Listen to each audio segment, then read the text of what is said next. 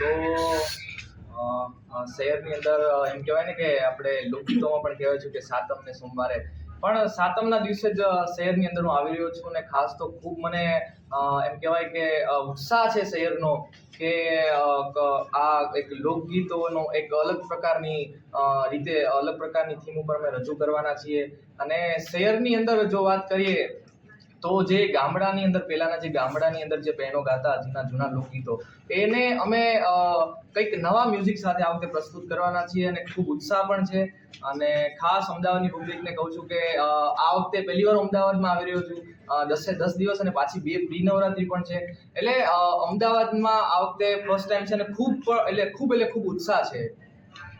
આ શહેરનું જ હું કહું, મને શહેરનું મને બહુ ગમે છે અને શહેર મોરી જ મારે ગાવું છે કારણ કે શહેર પ્રત્યે મને બહુ પ્રેમ છે. અને સાતમને એમ કહેવાય ને સાતમના દિવસે જ છે અને માતાજીનો એવો રૂડો આ નવલા નોરતા છે. એટલે હે શહેર મોરી રે ચાંદાને પછવાડે હોલ્ય સૂરજ કેદી ઉગશે રેલો હે આવશે કાંઈ સાતમને સોમવારે આઠમની મધરાતે રે લોલ શહેર મોરી રે ચાંદાને પછવાડે હોલ્ય સૂરજ કેદી ઉગશે રે લોલ.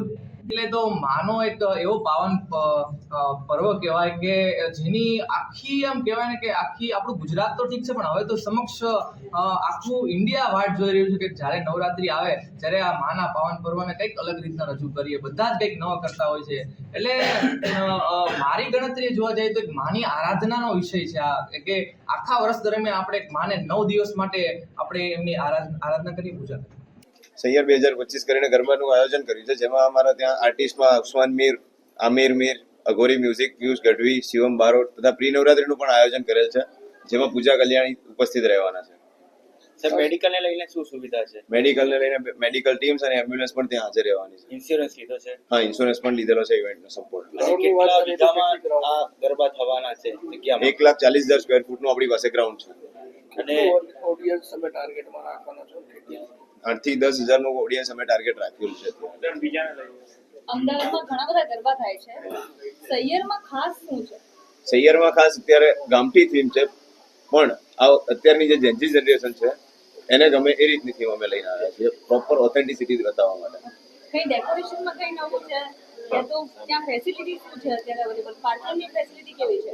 પાર્કિંગ પણ અમે ખૂબ વિશાળ પાર્કિંગ રાખેલું છે, જેમાં 6.5 વીઘાનું પાર્કિંગ છે અને પાર્કિંગ એટલી પ્રોપર વ્યવસ્થા છે, પ્રોપર મેનેજમેન્ટ છે પાર્કિંગમાં, જેના કારણે ટ્રાફિકના નિયમોનું ભંગ ના થાય, રોડ ઉપર રસ્તા ઉપર પાર્કિંગનું ટ્રાફિક ના થાય. સિક્યોરિટી તમારી પાસે કેટલી? 60 બાઉન્સર્સ, લેડીઝ, જેન્ટ્સ અને ગનમેન સાથે.